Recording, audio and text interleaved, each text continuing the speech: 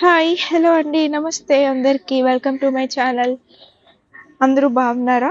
కొంచెం గ్యాప్ వచ్చేసింది video upload చేయడానికి. యాక్చువల్గా ఈరోజు మాకు చాలా అంటే చాలా ఆకలేసింది. మార్నింగ్ నుంచి ఏం తినలేదన్నమాట. సో వైజాగ్లోనే ఒక మంచి వెజ్ థాలీ అనమాట.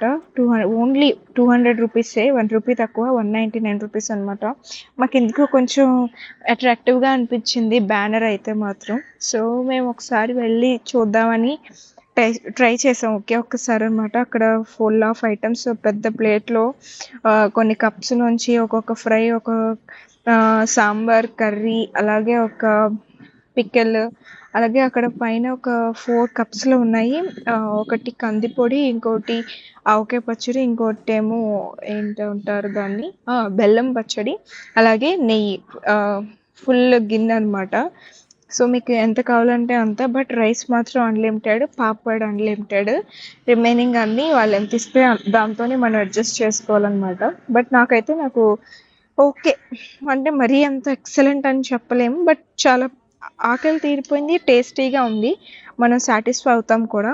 యాక్చువల్లీ అందరూ చెప్తూ ఉంటారు మనలో ఆత్మరాముడు ఉంటాడని చెప్పి. సో ఆత్మరాముడు సాటిస్ఫై అయ్యే విధంగా ఉంది నాకైతే. ఫస్ట్ చపాతీతో స్టార్ట్ చేసి లస్సీ వరకు ఎండ్ చేశారు. అలాగే ఒక స్వీట్ కూడా పెట్టారు.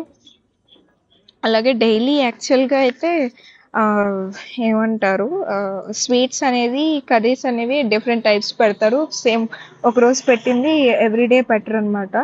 సో అన్నీ మారుతూ ఉంటాయి. నాకైతే అది కొబ్బరి పచ్చడి బాగానే నచ్చింది. చపాతీతో ఫస్ట్ ఒక చపాతీ పెట్టారనమాట. సో నేను జస్ట్ అవన్నీ టేస్ట్ చేస్తున్నాను, ఒక్కొక్క కర్రీతో ఒక్కొక్క చపాతీతో ఎలా ఉంది అని.